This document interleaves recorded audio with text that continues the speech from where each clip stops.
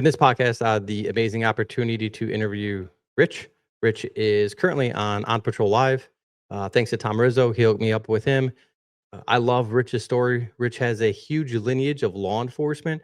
His dad was a law enforcement officer on September 11th. His two brothers are both in law enforcement. Rich being the middle child, he was in law enforcement before both of them. Ironically, I don't know if ironically is the right word, but each brother has been in two OISs. Rich opens up and talks about his. He doesn't necessarily want to talk about his brothers because that's their place. But I think it's ironic that three brothers, each of them involved in two officer-involved shootings. And this was recorded the day before September 11th. So Rich, to show what kind of guy he is, he was going to climb 110 stairs in honor of the people that we lost on September 11th. I love the lineage conversation. I love how Rich talks about policing in general and how he's moved up through the ranks and very cop's cop. And it was easy to talk to him. So let me know what you think. This was Rich's first podcast. For me, it was an honor. So let me know what you think. So you got to ask yourself, why do you want to do this? What keeps you motivated to stay proactive and get bad guys off the street? The facts is a big cannon against a little tiny gun of opinions, because we've all heard people give us their opinions. Let's talk about how easy it is to get narcotics in this country. Once they're in this country, anywhere within 2 days, the drugs will be in our cities. Because we know knowledge is power. Today on Beyond the Barrel, we have Richie Maher, who is a cop in Daytona Beach, Florida. He's been on the job between 15 and 20 years. He's got a couple of brothers on the same agency. And one of the very unique things, I think, is that all three of the brothers have been involved in two OISs apiece. That's very rare for law enforcement to even be involved in one OIS. So now having, three brothers all within, I don't know, two, it's very, very odd. I mean, I couldn't even imagine what the percentage of that actually happening is, but you guys, I guess, are breaking all odds by being involved. And you guys are all at the same agency, correct? Absolutely. We all work together, and it's unfortunate that we're all involved. None of us wanted anything to do with any of that, but it's situations you get put in. Yeah, I don't think any cop wants to be involved in it. It's just, it's very unique that it's you and your two brothers that have been involved in a total of six, which is, I don't know, just very unique. What, any of you guys been involved in the same one? Like two of you guys on the job at the same time? Same, okay, all separate. All separate, all separate incidents, all separately involved, and all unfortunate, but we're all still here, which is the positive side. Yeah, that's always a plus. Before we get into any of that, let's talk about a little bit about you, man. Where are you born and raised? So I'm originally from New York, not the city, from outside of the city, small area called Valley Cottage. Very quiet little town. Raised by my father and my mother. Dad, NYPD, went to the city every day to go to work. Grew up in it was a very tight-knit community, very artsy, very, very artsy. Very odd upbringing as kids, being raised by a detective sergeant with the New York City Police Department. Tons of cousins, no organized sports for me to say. But we moved down here into Florida about 2000, 2001, which coincided with the end of my father's career and actually a huge pivotal moment in all of our lives. 9/11, 2001, my father's a 9/11 first responder. He had moved us down here prior to his retirement, and we were waiting on Dad to come down with us when, unfortunately, that happened. And luckily, he survived. He's still with us today. He's doing very well. Extremely supportive of the boys, and pretty normal American upbringing. I'm the middle of the three brothers, so I've got a baby brother who I picked on, and I've got an older brother who picked on me and my little brother. And just your pretty much normal American upbringing. Playing baseball was probably the only organized sport I got involved in. My older brother was more into organized sports. Video game nerds, just the typical kids growing up in the 90s, 2000s. Still have my N64 hooked up at the house, trying to pass it on to my kids. Same here. I have a regular Nintendo, a Super Nintendo, 64, and I have no kids. but me and the wife will occasionally go up there and play some like Mario Kart or something. It's just such an iconic game. I don't know, it brings me back, gives me a moment of clarity, I guess, to look back and just play it now. You know, there's so many memories that come back with that game. It's interesting. So just three brothers, no one else, no other. So we have a sister. Okay. We have a sister. Not interested in law enforcement. Never got into law enforcement. She's the smartest of the four of us, by far. She lives just north of us. Raising a family of her own, living a great life, doing phenomenal. Married to a wonderful, wonderful man. Raphael takes very good care of her and the kids. And she's actually got the oldest of all of the next generation, my niece, who is in her second year of college this year and doing phenomenal. That's awesome. When you guys are up in New York and dad says, hey, we're going to move down to Florida, how long is that gap between the day that he's supposed to retire and the time that you go down there? So I don't know the exact time frame on it. I was going into my freshman year of high school. I was finishing out my last year of middle school here in Florida. And so it would have had to be maybe about a year. He was staying with my grandparents at the time, his parents, who my grandfather, yet again, New York City Police Department, retired deputy inspector, really huge shoes to fill for my father. And then he in turn went and made even bigger shoes. But so we would be down here probably close to a year living with just our mother while he finished his career out. And then it was a wild time. It was a very, very wild time. Matter of fact, the anniversary of 9/11 is coming up here real short. I'm starting to teach my sons about it and kind of bring them into the fold of, hey, where my mind was that day and how much, I mean, even what we do is shaped by a single day in the history of our nation. It's, for sure. So I was probably down here for about a year, made a bunch of stupid mistakes as a kid, being new to a brand new environment, swimming in the freshwater canals with my friends, didn't realize they were full of dinosaurs, you know, swimming in the ocean, being told, hey, there's sharks out there. But we were all under the belief that there was some fence that stopped the sharks because it was some story our father told us at the Jersey Shore. That's awesome. Was your dad working on 9/11 the day of? He was. He is he's a 9/11 first responder. He went down to ground zero himself. We don't talk about it much. It's kind of the thing we just don't discuss very often. I did have the pleasure of telling my father. So since we're recording this on the 10th, tomorrow being 9/11, I signed up for a stair climb tomorrow. I'm supposed to be working tonight and tomorrow, but I took the 2 days off. And I got my brothers, got a hold of them and said, hey, how about we do this for dad and for all the guys we grew up around that, you know, showed what true American heroes were that day, that ran into a building for thousands of strangers for no reason other than preservation of life. And so tomorrow we'll be doing 110 stories. I'm getting a little older, so it's going to not be the easiest thing in the world, but I'm just going to keep in the back of my head, you know, it was every age, creed, color, religion, everybody that was an American that day went into those buildings. So if they did it, I can do it. So it should be a nice bonding moment with me and the brothers. Yeah, that's awesome. My agency, they do something like that. Are you actually climbing the stairs or are you doing it on the Stairmaster? I live a county away from Volusia, which is where Daytona is located. I live just to the north in Flagler County, and it's on the north end of our county. It's, I think, a 10-story building. So it's going to be 11 sets. It's going to be 10 up, the down doesn't count, 10 up, the down doesn't count. It's going to be that 11 times. Every time you get to I don't know if it's every floor or every time you hit the 10, they give you a token for a fallen hero of 9/11 that you carry with you while you do it. And then at the end, you lay them all out. It's a beautiful thing. They do a flyover with our Air One or the Air One up here. I don't remember what they call it, the helicopter.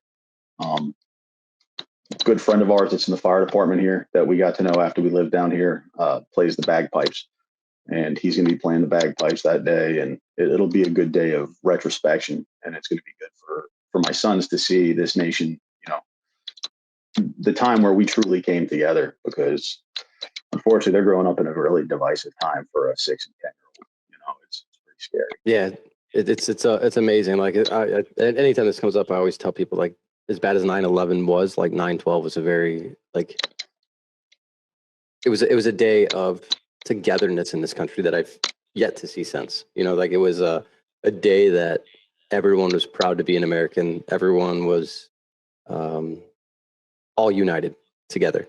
And I mean, it's not even 25 years later, and I think we are probably more divided now than ever in my lifetime. Yeah, and I remember seeing American flags everywhere, everywhere. No matter where you went, there was an American flag because there was a pride behind being an American, and the guys and girls on 9/11 that did what they did. You know, whether it was the firefighters running all the way from the tunnels to the towers, you know, whether it was the common Joe that just ran up the building to help people, or even the people that chose to keep their dignity and jump. You know, it showed what the American spirit was about, which is we're not gonna, you know, be victimized. We're not gonna be victims. We're gonna stand up and do the right thing. Yep, I agree. It's unfortunately lost on a good part of society, but you know, I have hope. I have a lot of hope. Things wax and wane constantly. It's everything. Whether it's in law enforcement, waxing and waning, the support versus the lack of support, whether it's anything, everything waxes and wanes. No, patriotism is no different. Yep. No, I completely agree. Guess we got some dogs.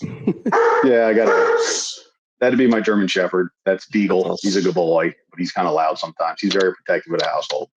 Good. Good thing. When it comes to getting in law enforcement, did you want to be in law enforcement as a kid? Was that any of your aspirations? So growing up around a lot of family members and friends of the family that were career law enforcement officers and like true cops, NYPD guys in the 80s, 90s, 2000s, you know, I always looked at them and was just in pure awe. Just, they were larger than life human beings. And I got to live with them. You know, my hero, my father, is larger than life. And his hero, my grandfather, also larger than life. And I saw that they truly lived up to the traditional belief system of a police officer, which is helping everyone, treating everyone like family. And I knew from a very early age that this is something I wanted to do. I wanted to be a helper. I wanted to be the guy that when all the cards were down, people could count on me to do the right thing and to have integrity. So very, very, very young age, I knew this is what I was getting into.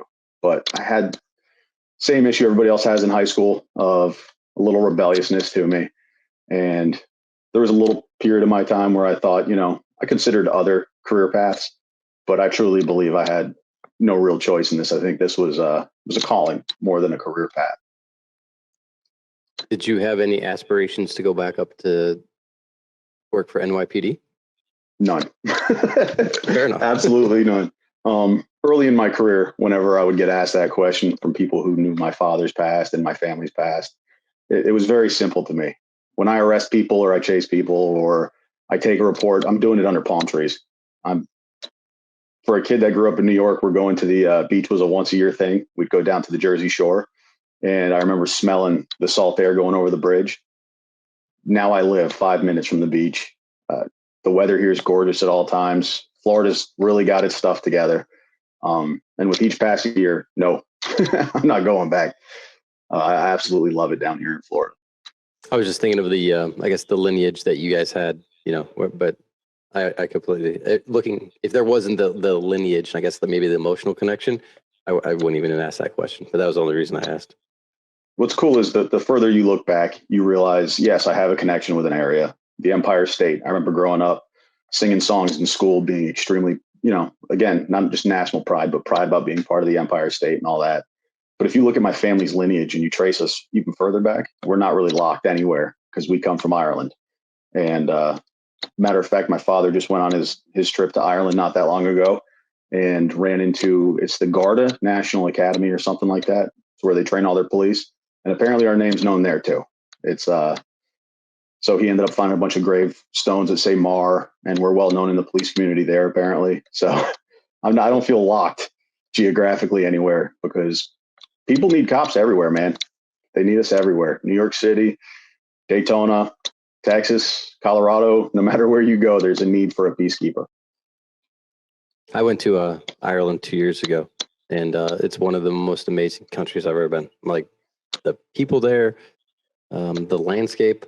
It was one of the cleanest places I've ever been. Even in Dublin, I was blown away, and I guess I was blown away by their patriotism too. Like that, how everyone there is so proud to be from Ireland. It was very cool to see. Yeah, I mean, it's on the bucket list. I'm getting pretty close to retirement here. It may extend a few more years out. We're in contract negotiations right now, and if it goes right, might do a couple extra years. But it's definitely on the bucket list. Just had a buddy come back, and he had a blast out there, and it's good to see your roots. It's good to see your roots. Yeah, I think it'd be even cooler for you to have that lineage and see it. That'd be super cool. Maybe take my brothers with me. Maybe, as long as they behave. How many years have you been on the job? So 17 years, a little over 17. Oddly enough, my hire date with the police department is 7/13/2008, which is the world's luckiest number, followed by the world's most unlucky number. Very fitting for a law enforcement career, you know. So I just hit that benchmark 2 months ago. So 17 years and 2 months. That's awesome. When you started to apply for law enforcement positions, where did you apply everywhere? Because I got hired in 2007, and that's kind of how it was back then for me anyways. I was applying any place that would take me pretty much.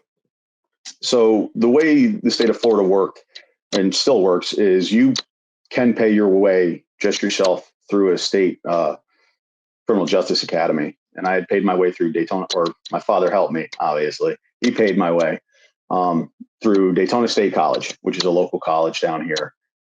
You weren't beholden to any agency.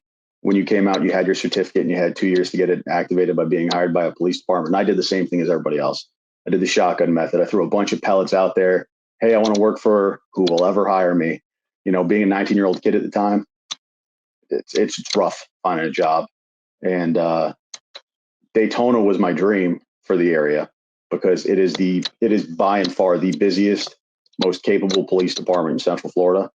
It's that perfect size where you're not a super small agency. So you're, 90% of the problem half the time, but you're also large enough that there's opportunities. And I've had a ton of them. I've been in several specialized units. I got to get involved in a bunch of really cool stuff. We are very much a small town with big city problems as well as big city politics. Like, it is the perfect fit. So the chief at the time, who's now the sheriff in the county down there, Mike Chitwood, took a risk on a 19-year-old kid, and been there ever since. There was no doubt in my mind when I got the call back from them. I actually shirked a couple other callbacks I had gotten and said, nope, Daytona's interested, and that's where I want to go. That's awesome. I think it's pretty evident that I'll probably be speaking at the Justice X conference, but I wanted to give my little instructor spiel like everyone else is. And the main reason is because I wanted to come in here and thank all these amazing instructors that are willing to donate their time away from their family, their profession, and their friends to come and make the profession better. I don't know how I became so lucky with the ability to surround myself with amazing people in this profession. I have some of the most amazing friends in this profession. They're the most selfless individuals willing to go out on a whim, put a conference together with me, and just to try to make the profession a little bit better. And I don't know how I pulled this off. I don't know what it is, but I'm beyond grateful for them. That being said, when I speak at the conference, communication is the biggest thing to me. I think that communication is the most important tool that we have as cops, and that's not verbal communication. That could be nonverbal communication. I'm going to focus a lot of my instruction on that aspect, where communication is universal. It doesn't have to just pertain to interdiction. It's all of law enforcement. If you have the ability to communicate with someone that is a multimillionaire and a guy that's homeless living on the street, your career is going to be a lot more fruitful. And you have this ability to have a lot more empathy when you're communicating and understanding and being actively listening. Someone else came up with this. I love it. So I'm going to throw it out there. As cops, we are often waiting to respond and we're not actively listening, but you can't do them both. So I think as cops, you ask a question, engage, and actively watch what their response is. It doesn't have to be this such a strict format of what you're asking, chronological order or anything like that. Let a conversation flow like you're talking to one of your friends. Don't just be so rigid. And that's where I think a lot of us fail, and it's not our fault. Until you know that you're doing it wrong, you'll never know. Like I was very robotic as a cop, and I couldn't communicate with people. I know that for a fact. I'm introverted, and I go to the police academy and all this other stuff. But anyways, I can't wait to see you in South Carolina in April of 2026 with all these amazing instructors. When you're coming into law enforcement, did you have any specific aspirations, or did you just want to be a cop? It's funny. The aspirations from day one were, I want to be a police officer. I want to be the best police officer I can be. And I don't want to go anywhere else. I'm not going any higher. This is where I want to be. I want to be in the street. I want to be a police officer. I want to stay on midnights is all I want to do. It's wild. Because lo and behold, my aspiration, my bars have jumped. Even my like passions on the job have changed left and right. And then never, ever, ever, if you told that 19-year-old kid, hey, you're going to be a midnight shift patrol commander, a lieutenant running a shift, I would have told you lost your mind. Absolutely lost your mind. That's what I say, because I think I don't know, you're a lieutenant, or are you even above a lieutenant at this point? So I'm a lieutenant, which each lieutenant has their own responsibilities. We have some that do just special events. There's a lieutenant that does just special events. I have no interest in that. But the main group of lieutenants with us are patrol lieutenants like me. We have 2 districts. So we have the east side, which we call the beach side. And then we have where I work, which is called the west side. The west side is much busier. And then you have Alpha, Bravo, Charlie, and Delta, which are your shifts. Your Charlies and your Deltas are your midnight guys, which I'm on. I prefer midnights. So I'm a midnight shift patrol lieutenant, but we also serve ancillary roles. I'm also over our K9 unit. Great group of guys, great group of dogs. Some of the most driven police officers I've ever met in my life. I've never worked a dog. I've never been a handler. So when I got brought into the world learning it, it was just mind blowing. And then I have some other opportunities that are coming up here shortly to maybe be involved in some other units that not quite privy to talk about just yet, but should be interesting. That's awesome. Well, good luck with that. Have you always spent time in patrol, or did you go do anything like, I don't know if you guys have full-time SWAT team or NARCs or anything like that? So I've never been a SWAT guy, not anti-SWAT or anything like that. My older brother did 10 plus years on SWAT. I did the hostage negotiator route. I spent a long time as a negotiator, sometimes a negotiation team leader, and then a very short period as a negotiation team commander. But when it gets just to administrative, it loses its shine to it. So I came away from that. And at the time I had just taken on K9 and wanted to give that everything I had. Spent some time in the detective bureau. I did property crimes, which anyone working property crimes, I feel for you. It's just a deluge of paperwork in and out, and it's trying to prioritize solvable cases, following up constantly. It's a rough run. Jumped from there, did a little bit of ICAC, Internet Crimes Against Children, in our Advanced Technology and Cyber Crimes unit. I loved doing what I did, and I loved the effect of doing what I did. But that was a rough time in my career. That was material I never should have touched, but it was an experience. Did some time on our street level. We called it CST at the time, Crime Suppression Team, where it was street level narcotics. I thought I knew what narcotics work was. And then I got into like the long-term investigations, and I was not good at it. I was not very good at it. Did some good work, did some good street work, but it really wasn't my move. Did FTO for forever. I loved FTOing, field trainer for a very long period of time. And so I've touched a little bit of everything. I've been a little bit of everywhere. Never SWAT. I'm just never really my desire to stack up on a guy's house and throw flashbangs, and we need guys to do that 100%, but I'm not that guy. That's awesome. You seem like you've been a little bit of everywhere. The crimes against kids, or whatever, the ICAC, I think you said it was, that would be a very challenging position, I think, for me, but it would be, I guess, rewarding the end result if you're able to get those people off the streets, because there's lots of crimes that I can understand, but crimes against women and kids, I just can't fathom. It doesn't make sense to me. Like, I can rationalize a lot of other crimes, but those two, it never makes sense to me. So being able to put those people behind bars would be great. Seeing the material that you probably had to deal with is something that I don't think I could wrap my head around or even understand. Like, that would eat me up inside, I think. Yeah, I also went in at a bad time in my life. My wife was pregnant with my second child. I had a little kid at home. It was definitely not the point in my career I should have been doing something along those lines. The cool thing with my agency, and specifically the people I was surrounded with, especially my supervisors,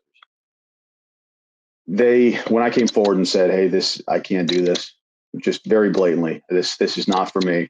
I can't do this. This material it's toxic. It shatters your heart, shatters your mind. there wasn't a second guess. There wasn't a, hey, let's run retention on this guy and see if we can keep him in the unit. There wasn't any of that. It was, hey, what can we do for you?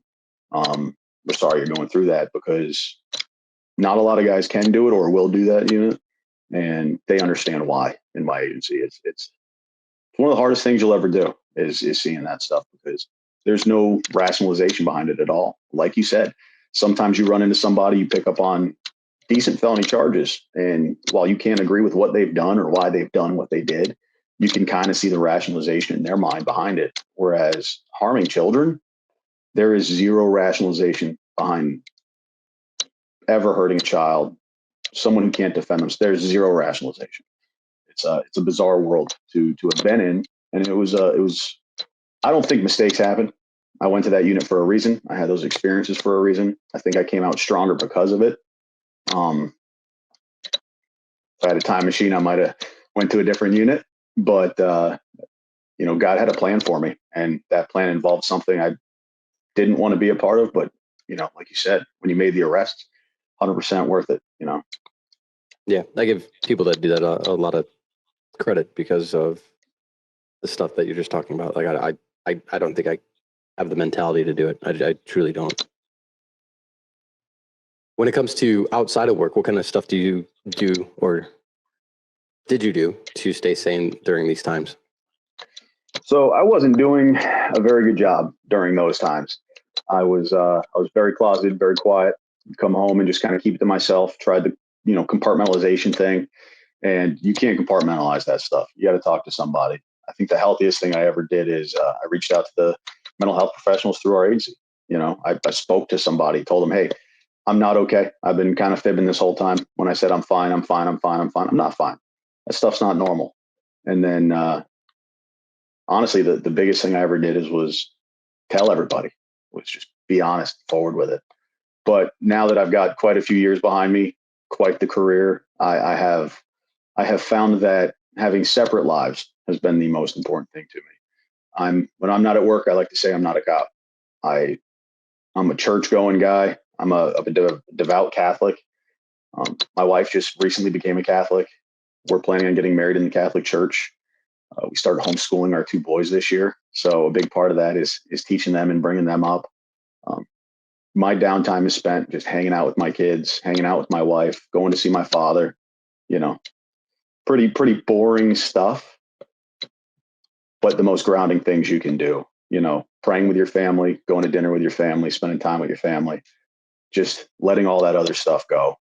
And I find it makes me a better cop too, because if you don't, a lot of guys get wrapped up in the cop lifestyle where it's 24/7, 365, just ate up with it. And if you never turn it off, it tears you down. So my off-duty life is spent playing video games. I hate to admit it. I just got locked into Hogwarts Legacy, flying around as a wizard with my 10-year-old, casting spells. It's probably the best game I've ever played. Going to church, a lot of church. That's awesome. I think that as a young cop, we kind of got, I don't know, I feel like we kind of go down that same avenue where you get so involved in work that you don't realize of the things that you're putting on like the back burner, like your family, your personal life. And then it's a nonstop where your mind is just so involved in like the criminal world, even though you're on the outside, and people always say like, it'll burn you out.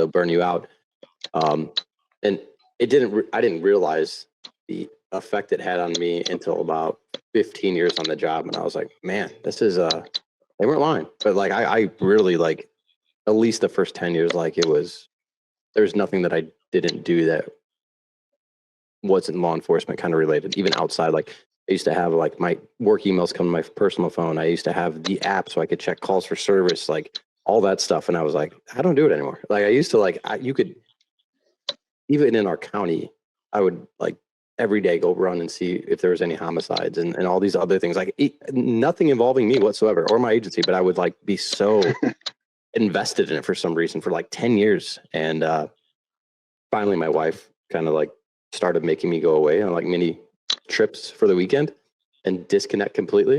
And then I was like, wow, this is like kind of revitalizing me. So now I can disconnect and I don't feel like I'm missing out on things. And your story is no unicorn. That is just the majority of us get ate up with it very early on. And one of the best ways I've heard it put lately is someone told me a yes to someone is a no to everyone else. Because heck, I have a tattoo that says it's good money and it's on a tombstone. Because if there was a job, if there was overtime, if there was something for me to do, I would do it. But you have to keep in mind a yes to the job is a no to everybody else. If I say, yeah, I'll come in last minute and I'll work for that, 14, 15 hours for that.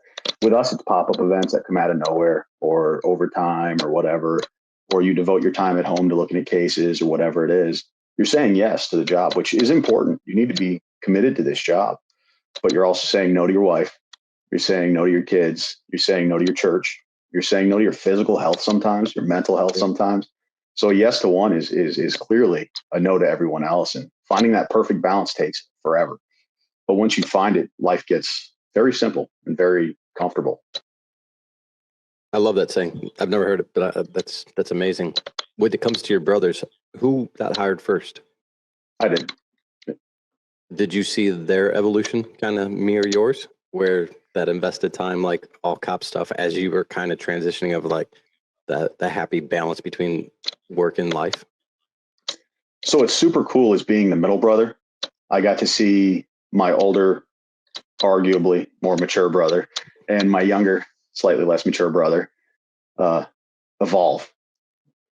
Legitimately, when I look back, I was looking at some old pictures recently, and I have some pictures of both my brothers, some pictures of myself. I have the picture of the day I went to the job the first time, standing in front of my father's door at the house and sitting back and watching how each one of us has grown, matured, learned these lessons, some of us the hard way, but do it down three completely separate paths. Like I said, my older brother was the SWAT guy. He is physical fitness guru. Like anyone who wants to get in shape, go see my brother. He'll teach you how to get as in fit as humanly possible. To watch my little brother, who's a full 7 years behind me, kind of learn life as it comes at him, and then learn how to deal with the job and life at the same time. Watching them grow has been amazing. And now I would argue that all three of us are pretty comfortable in our lives where we have figured it out. The other thing is some of the lessons don't have to be learned, because one of us was a knucklehead, learned a lesson, and then all three brothers get to learn the lesson of the one knucklehead, which at times was me, arguably. No, that makes sense. How did you guys all come to the same agency? And was there any pushback from whatever hiring administration at the time to having three brothers in the same department? So our command staff is actually extremely supportive, and they're really big on getting the right guys for the job, getting the right girls for the job, and then seeing how we perform, how we were raised. And so I was only on the job for like a year before they hired my older brother, and he was easy pick. If I hadn't been on the job there, they would have hired him immediately. He's just great guy, got his ducks in a row, good dude. And then over the next decade plus of experience with me and my older brother, it wasn't even a second guess. It was, I joke because the now sheriff, who was the chief at the time, used to ask my father all the time, "Got any more kids? Got any more kids?" Because we got results. We got good results. We aren't problem children at all. Like, they were impressed with the work we did. And I like to say that we built our family in the agency, and it wasn't even a second guess when the little guy came around, even though he's not little, he's much bigger than me. That's awesome. Is there any type of, I guess, rules or anything, like you guys can't work on the same crew or shift or something along those lines, or does that even exist? So they try and keep us as separate as possible. Me being a shift commander as a lieutenant, and them being sergeants, there's obviously the risk of them working directly underneath me. They work with me all the time. We work on the same shifts all the time, but in the direct chain of command, they tend to keep us a little bit separate. A perfect example is on my opposite rotation. So when I'm off, my brother is the road sergeant for the same district I work. So he works for a lieutenant that is not one of the brothers. But given just the autonomy of some units in law enforcement, we get to work together a lot. My oldest brother is in charge of what we call VCAT, Violent Criminal Apprehension Team. And they work whenever they're needed. They have weird hours, all this other stuff. So I work with my brothers regularly. But as their direct lieutenant, if it comes down to it and I have to be the lieutenant, step in and do a lieutenant's job, that agency has no problem. That's awesome. I want Is there any times that there's brotherly conflicts when it comes to work, or is it all professional? And then if there was a conflict, that you guys would address it off duty? So we're a weird set of brothers. We don't argue. We don't get into fights. We tend to all have a very similar mindset, and we all tend to solve problems the exact same way. So it's weird, almost like you work with someone for so long, you start to read off each other where you don't speak on a call. You just kind of look at each other and go, and then that decision is made. We have a higher level of it because we look at a kid we grew up with. We look at him, we're like, yeah, that's what we're doing with this case. So the closest thing to like brotherly conflict is we pick on each other sometimes, because cops pick on each other to begin with. You go ahead and you add on top of that the fact we're brothers, and we can be pretty mean to each other, just joking. But yeah, as far as conflict on the job, we all have the same goal, same mission set. We have different skills and abilities, and we just plug in. It's a unique kind of setup, but it works. It works great with us. That's awesome. My brother is a cop at my agency as well, and picking on him, busting balls is exaggerated, and he probably gets the worst of it. But when it comes to working together, I feel like it's easier a lot of times to work with him than someone else. If I had to pick, I would take my brother, just because I know so much about him. I know it's like, it's just easier to when you have that long term relationship with someone and you've known them forever. And it goes hand in hand with what you pick up on with your partners that aren't your family. You work with someone for 10 years, 15 years, you can hear it just on the radio sometimes. Like, hey, that's probably not a good scene, or hey, that's probably going, pear-shaped real quick because I've never heard that tone in his voice, or, you just pick up on these little things. And when you've spent your whole life with the person, it's even easier. That's true. When it comes down to the officer involved shootings, who was the first one that got involved in one?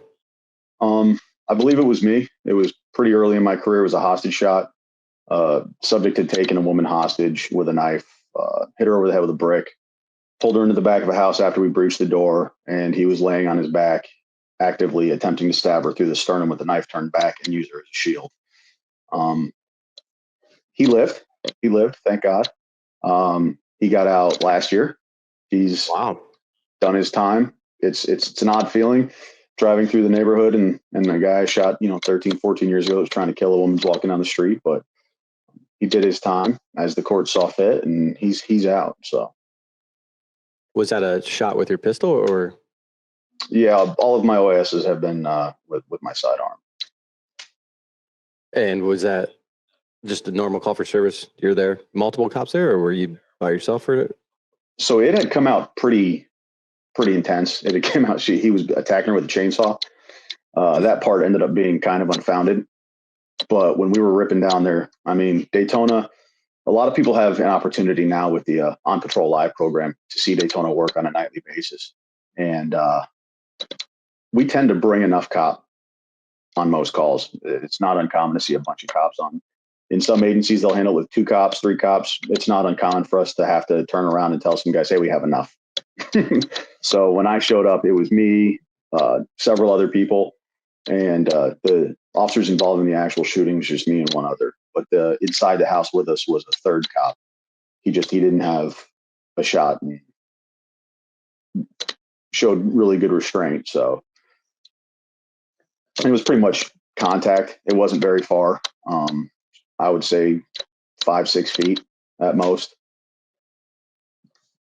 That's so you talked about On Patrol Live. That's how we got hooked up. Mr. Tom Rizzo hooked you and I up together. We'll come back to that in a second, though. So when you get in this officer involved shooting, what is your mindset after the fact? And did you have the ability, if you wanted to talk to someone, like for you on a personal level, were you completely content? Were you struggling with it? So I was pretty young at the time. I was in my early 20s.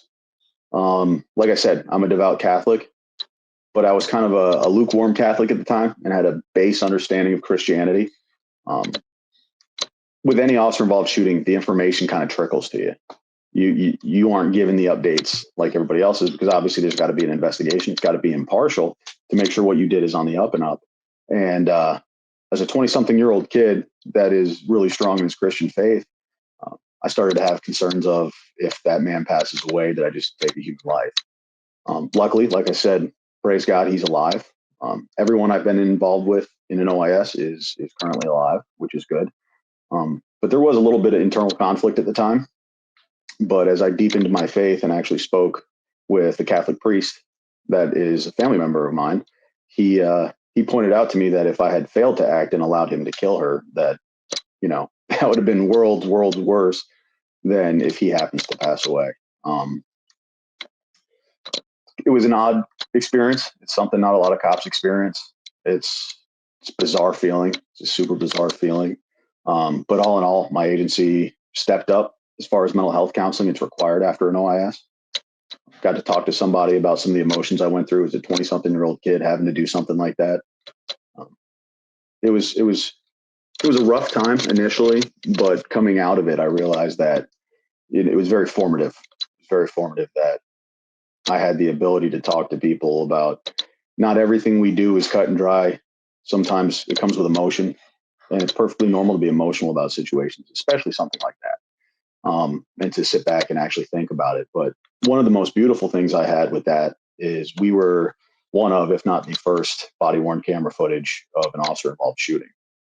So these horror stories you hear about being 6 stories, somewhere in the midst is the real story, you know, people making accusations, this, that, and the third.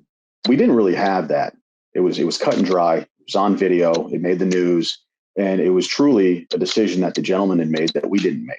He made the decision. We offered him the opportunity to surrender, and we had to do what we had to do for preservation of life. So having the ability to look back and have an out-of-body experience, watch the situation happen from my point of view without having to go back through it was wonderful. It was absolutely wonderful. I love body-worn camera to this day. I am uncomfortable going in service without one because it shows what happened. Granted, the angle isn't always everything. It's still worlds better than having nothing. Yeah, I'm the same way. I have in-car cameras and a lapel mic, but I'm one of very few guys at my agency. It's basically just the interdiction guys that have any type of body camera or even in-car camera. But now that I've had it since 2014, like I don't even want to work without it. Like it's crazy to me. And I feel like a lot of cops have apprehension when their department goes to get them, but then once they have them, they seem to love them. Yeah, when I first got mine, it was odd because I had spent years operating without one, and I couldn't understand and I couldn't fathom why someone would want to watch what I do all night long, every night on a camera. It just didn't make logical sense to me, and I struggled with it for a little bit when they first got us cameras. Obviously, you don't know what to do. You're being filmed the whole time. So your traffic stops become, "Good afternoon, sir. This is Officer Maher with the Daytona." You know, very scripted and but it took like 6 or 7 months. And next thing you know, we were just operating how we always have. Because if you have nothing to hide, what does it matter? What does it matter? And then you got involved in the second shooting. Was that how far after that? And had your brothers already been in 1 or 2 at that point? So there's, I don't like to speak about anyone else's stuff, but theirs is kind of scattered throughout our careers. Okay. Mine was, I believe, the second to last. It was actually pretty recent, a couple of years ago. I was a patrol sergeant at the time, so it was just prior to my promotion. So I've been a lieutenant for 2 years. I did probably close to a year as a detective sergeant, which amazingly interesting work. Absolutely. It's even more paper pushing. I did property crimes. So those poor guys were pushing all the paper for property crimes, and I was pushing the paper on them to do the property crime investigations. But just prior to that, I was West Side midnight shift, and I was a road sergeant. And super bizarre case. The house had some issues in the past, including someone had shot through one of the windows of the house at one point. There's landlord-tenant issues going on, roommate issues, all kinds of just weird drama. And I had a feeling it was not going to go well because our platoon had dealt with this house several times. And I had told one of my officers, who actually ended up being one of the ones involved in the shooting with me, said, "Hey, do me a favor. Just go sit down the block from the house. Keep an eye on it. Whenever you're not on a call, swing through. Just make sure the house is okay." I said, one of the parties had vacated the area. I'm like, just make sure the other half isn't burning the house to the ground or doing something crazy. He calls on our talk around channel, has me move over our talk around channel, and is like, "Hey, Sarge, the garage is wide open and the door to the interior is wide open. There's no cars here, and it looks like the front door was kicked in." So we went down there, cleared the house, go through the house. Really weird vibe. Open gun cases, open gun safe, no guns. And we ended up clearing the call. We called the lady that owned the house. We said, "Hey, do you want us to secure the house?" She's like, "Yeah, just go ahead and lock my house up." We locked it as best we could. We locked the house up. And then we're just standing at the foot of the driveway, shooting the breeze about the shift we'd been working the night before. And we heard a rifle round down the block. It's a cul-de-sac. And don't know where it was headed. Don't know where it was coming from. But immediately all turned, went and engaged toward the sound of the gunfire in case something was happening. Pushed into a backyard. I was too short to see over the fence.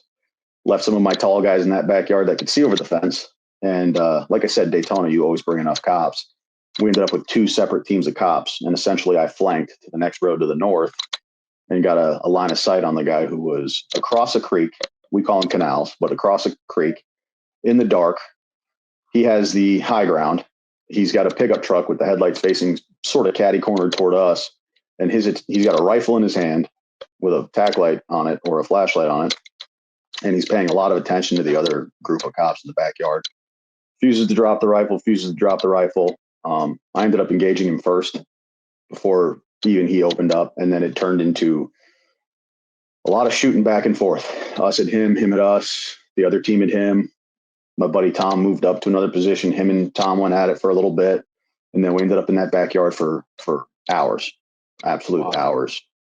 I had pushed my guys back and said, "Hey, do me a favor, go see who's in this house behind us so we can evacuate it and maybe take it and use it for some kind of hard cover." And in the way things happen in law enforcement, of course, he comes back and says, "Well, we can't evacuate the house, but we can move everyone that's in wheelchairs in the house to the front of the house." So there was no one that was ambulatory in the house. We had to push everyone to the front of the house. I remember turning to my guys and saying, "Hey, we're going to stay in this backyard. If you don't want to stay in the backyard, I want to stay between him and them." And we ended up just spending hours together. Essentially, he was hit, he was down, but he was still moving around.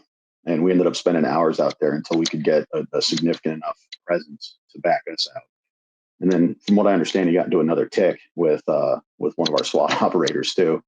He too also lived, thanks be to God. He lived and then I believe it was last year, sentenced to, I think it's 6 life sentences. And then something like 35 years to sit down after he's done with his 6 life sentences. That's good. At least he won't be around to terrorize anyone else. No cops were shot in that situation at all? I still to this day don't understand how it didn't happen, but bunch of fences, bunch of houses, bunch of dirt. The canal in front of me at one point, he was walking around in on me. You can actually see it on my body worn camera footage, the water skipping in front of me. Just by the grace of God, he was either the world's most terrible shot or we weren't supposed to get hit out there that day. I believe the latter. That's amazing, man. How long, like multiple hours, I'm guessing you only have your pistol. Like, is there that sinking feeling about ammunition at any point? Like where you're like very selective at when you shoot, I guess, or exchange rounds? So I'm in a unique position when it comes to pistol ammunition. I, at the time, was carrying 6 spare mags to my 40 cal, as well as my, loaded 15 round and one in the chamber. I now carry less. I carry just 5 spare rounds on my plate carrier. But we actually spoke about it recently. After everything had calmed down, after our first 2-3 ticks, I pushed everyone up on a vinyl fence. And you started hearing guys checking their mags. Guys with the rifles were talking about what they have left. Who has this? Who has that? And you can hear on my video, I'm snapping because I had the traditional mag holders on my belt at the time. And what I'm doing is I'm shifting my loaded mags forward. And by the time I was done with this extremely long-term engagement, I still had more than a duty carry of ammunition on me. I had plenty of mags left. That's amazing. In these situations, having a supportive administration that backs you, is that huge for like peace of mind? Massive. Absolutely massive, especially given, the political times that we were in, especially my first one. I was very early in my career when society itself was kind of wary of law enforcement. And the foresight even of the administration at the time to think, hey, we should put cameras on these guys' chests. Despite the fact we're like, the heck do I need a camera for? Their foresight made it so much easier. And then the support afterward, having chiefs of police, deputy chiefs, captains, and they're like, "Are you okay?" And that's the first thing out of their mind when you come out, because hours and hours and hours in, when we're coming out of this little swampland into this neighborhood, everybody's there. County's there, we're there. Matter of fact, at one point while we're laying in the backyard, we look to our left and there's a Volusia County deputy. He's a sergeant. He's a friend of mine. He's a really good dude. Like, everyone showed up. But when I come out, and the first people I contact are my command staff, and the first thing out of their mouth is, "Are you okay?" And checking on the group of guys that were involved. And, you know, when you look in someone's eyes, you can tell if their concern for you is genuine or if it's kind of just surface level. Hey, I have to ask this question. My commanders genuinely were concerned about us the entire time. And it showed when I came out and they said, "Are you okay?" They genuinely wanted to know if I was okay, not just checking a box. So my agency, I'm blessed. I'm absolutely blessed by the support we have. That's amazing. When it comes to, is that coming from a mayor? Are you guys, or is that like a city council? Like, how does that work? So is that coming from politicians down, or is it just within the agency itself?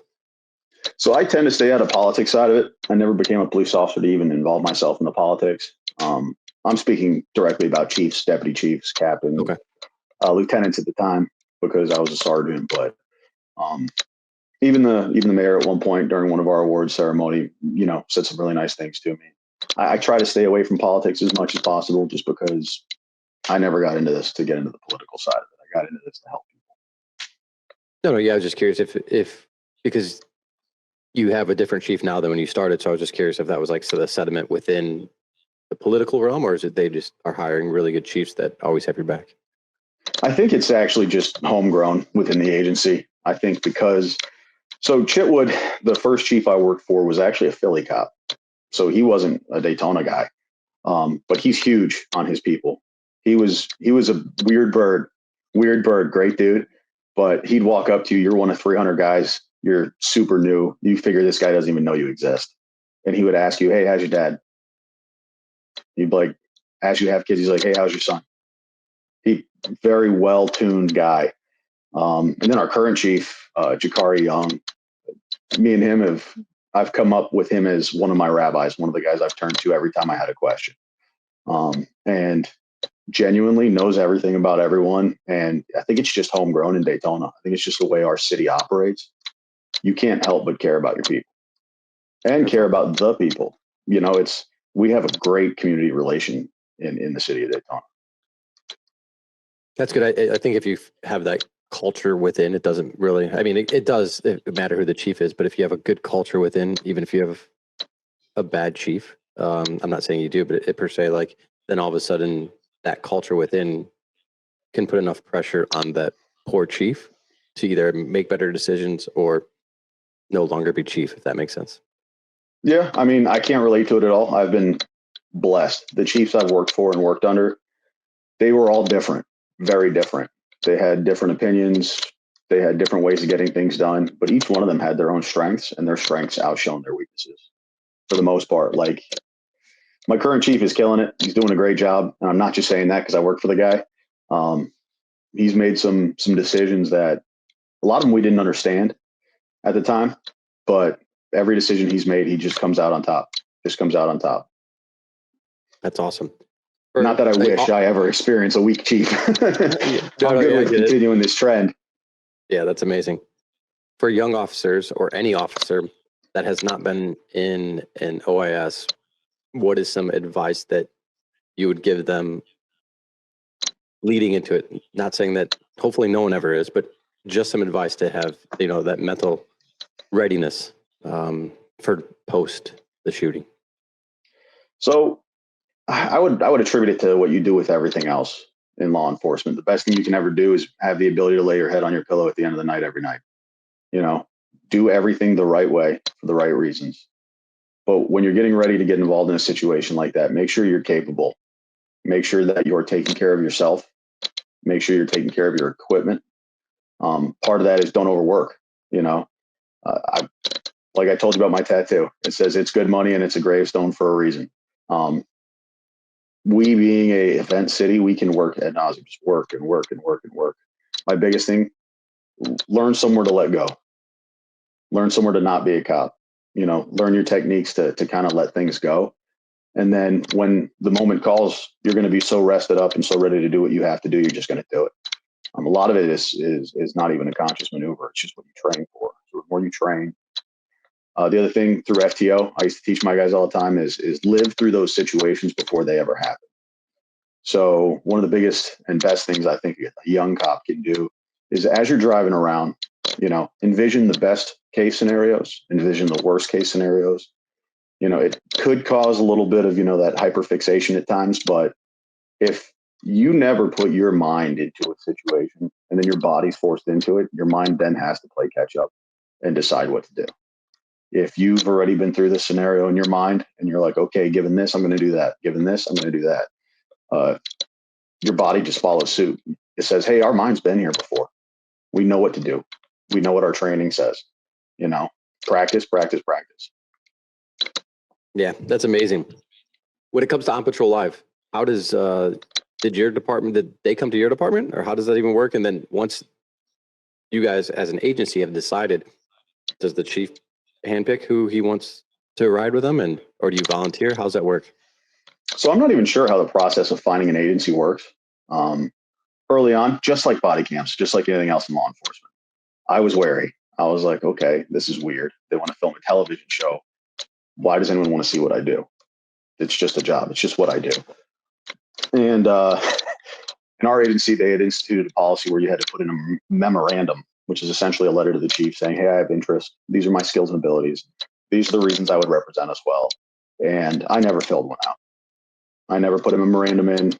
I did I hate to admit, I did kind of the cowardly thing of, hey, if I don't sign up for it, I don't have to see what the new deal's about. And then the chief contacted me one day and informed me that I was on the show that coming weekend. And I told him I didn't do a memorandum. And he told me I probably didn't understand what he just told me. And I said, Roger that.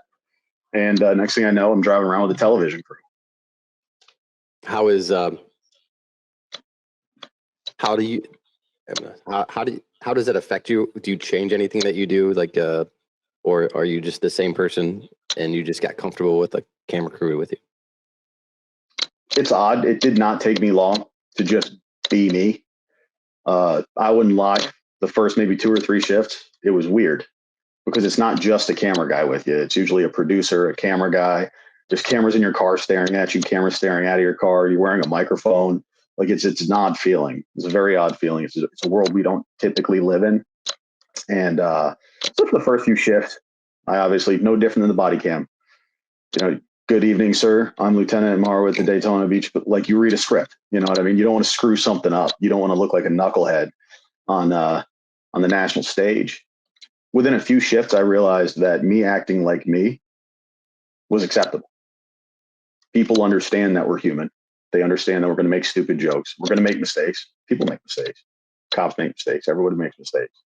But now if you jumped in the car with me as a partner and we went and did work, it's no different than when the guy with the camera's with me. The only difference is I have a couple other lives I worry about. Yeah, that's what I was saying. That aspect of it too. Going to I don't know, maybe a deadly situation or violent situation, and they're with you. Does that change, I guess, your perspective or your mindset of how to handle it now that you got people with you? What's funny is early on, yes, because I was like, I got to go push this guy behind hard cover. I'm going to have to teach him how to hide behind an engine block, because they're wholeheartedly innocent in the situation. They're not there to enforce laws. They're not there because they're being held against their will. They're not there because they've done some violation of state law. They're there willingly. So having a willing participant in these situations was an odd vibe.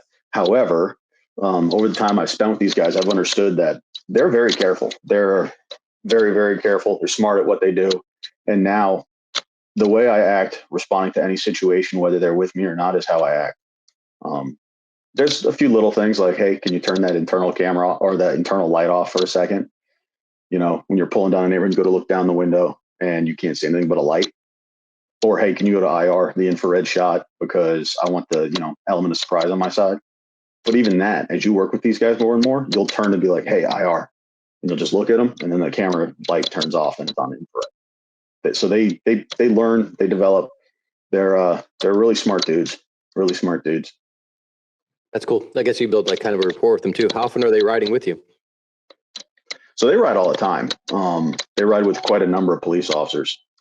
So they have things called packages, I think they call them, where it's not the live moment. It's something they're like, hey, earlier in this area, that area, this area, where they're actually riding with us. You'll notice if you watch the show, like the sun's up. Obviously, that one's not at midnight.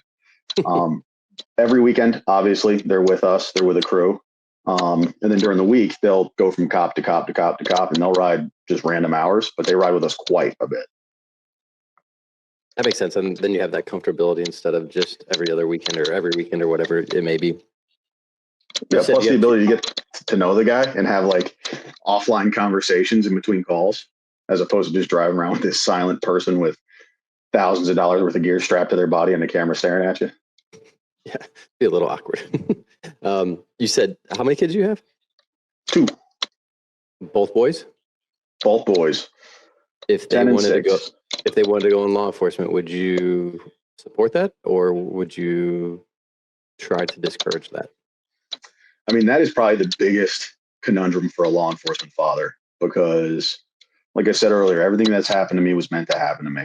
It was written before time. However, if I could prevent them from going through some of the things I've gone through, I mean, that would be amazing.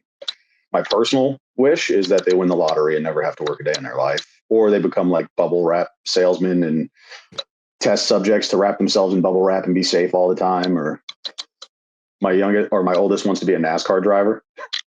Unfortunately, I have to have the conversation with him that you got to go into that with money, bud, and daddy doesn't have that kind of money. That's awesome.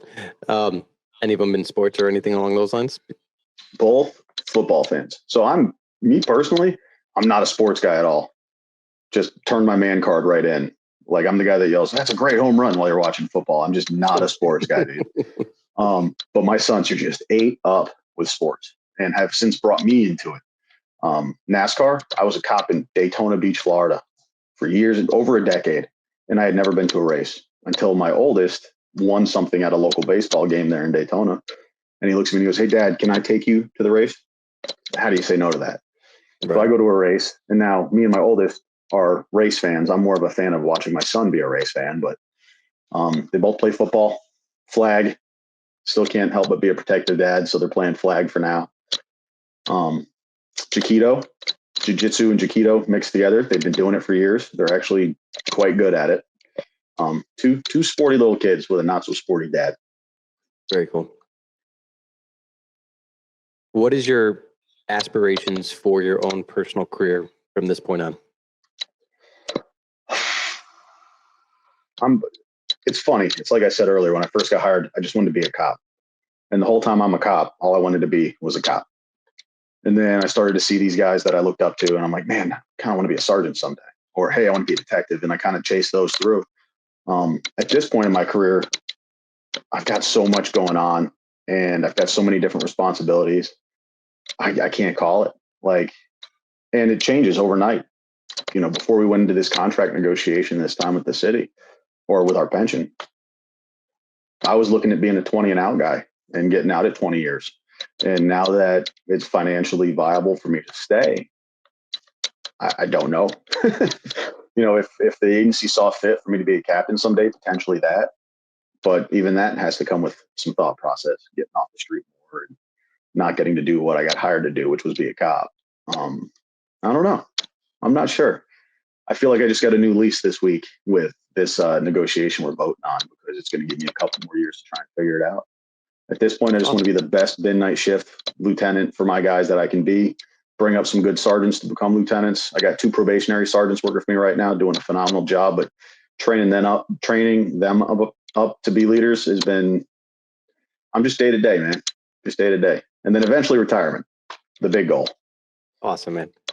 Yeah. I mean, if you are content with your job and you love your job, and I mean, I don't know, it'd be pretty cool just to work that, because you obviously embrace it, you love it, and now you're just training new people to replace you in the long run. And that legacy will live on forever based on the stuff that you're, you know, breeding in those younger sergeants. So I think it's great to have that middle management leadership. the good ones that are breeding new ones to take over that role.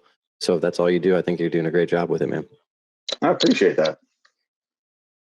We usually keep this to about an hour. If there's anything you want to add, I have one question that we always end every podcast with, but if there's anything that you want to talk about or bring up, more power to you. No, I appreciate you having me on. Like I told you earlier, this is my my first podcast, but given the career I've had where I've had a lot of firsts and uncomfortable firsts, I appreciate you making this as comfortable as possible. I think OPL might have helped me out a little bit with being in front of my camera in front of me, as well as having a conversation that's being recorded. But I appreciate you making this as welcoming as possible. And the conversations we've had, I feel like I know you. We work worlds apart as far as distance, but it sounds like we're on the same track, bud. Yeah, man, it's good to see that there's like-minded individuals that are out there just trying to make the profession better. I mean, ultimately, that's my entire goal with the podcast, is just to show that there's great cops doing great things across the country. Yeah, that goes hand in hand with the show. It's just trying to show people what we do day in and day out. And I'm impressed with these kids. I'm impressed with these kids. Back when I was 19, I don't think I could grab everything they do every night. Between electronics, the amount of things they mess with, the amount of technology that goes behind modern law enforcement. Back in the day, it was something bad happened. This is what the dude looks like. Go find him. And now these kids are just, it's well beyond that nowadays. Well beyond. No doubt about it. Awesome, man. Well, I am very grateful. The last question that we end every podcast is we work for a company that's Justice Academy. So what is your definition of justice? Ooh, that's a really good one. So my definition of justice would depend on who the justice is for. And I think it comes to the personal belief system of that individual, obviously to a certain extent, you know. Justice is really hard to peg down, especially coming from the type of investigations I did, because unfortunately you don't get justice for certain things because there is no ultimate justice. I think I would wrap it in making everything as close to whole as humanly possible. Getting those that were victimized, hurt, offset in some way back to a normal as they can be lifestyle. If someone can grieve through a situation and come out of it, no one's going to come out of those situations better or even at the level they were, but at a survivable level, I guess that's kind of like a civil definition of it too. You know, you stole 20 grand from me, give me 20 grand back. I'm back even. But I think that our justice system was kind of designed that way originally. It was almost, kind of like an eye for an eye I think that definition falls right in line with that. Yeah, I think if the victims can lay their head on a pillow and get some sleep and they're happy with the outcome, I think justice. So. Awesome, man. Well, I'm very grateful and honored that you joined me on the podcast, and I'm happy to be your first podcast. I'm sure that there'll be many more for you, though. Yeah, who knows? Maybe this might be something else. Awesome. It's been fun. It's been fun. No, thank you. Thank you, man. You be safe. If you need anything, just reach out to me, man. All right, brother. Be safe. You too.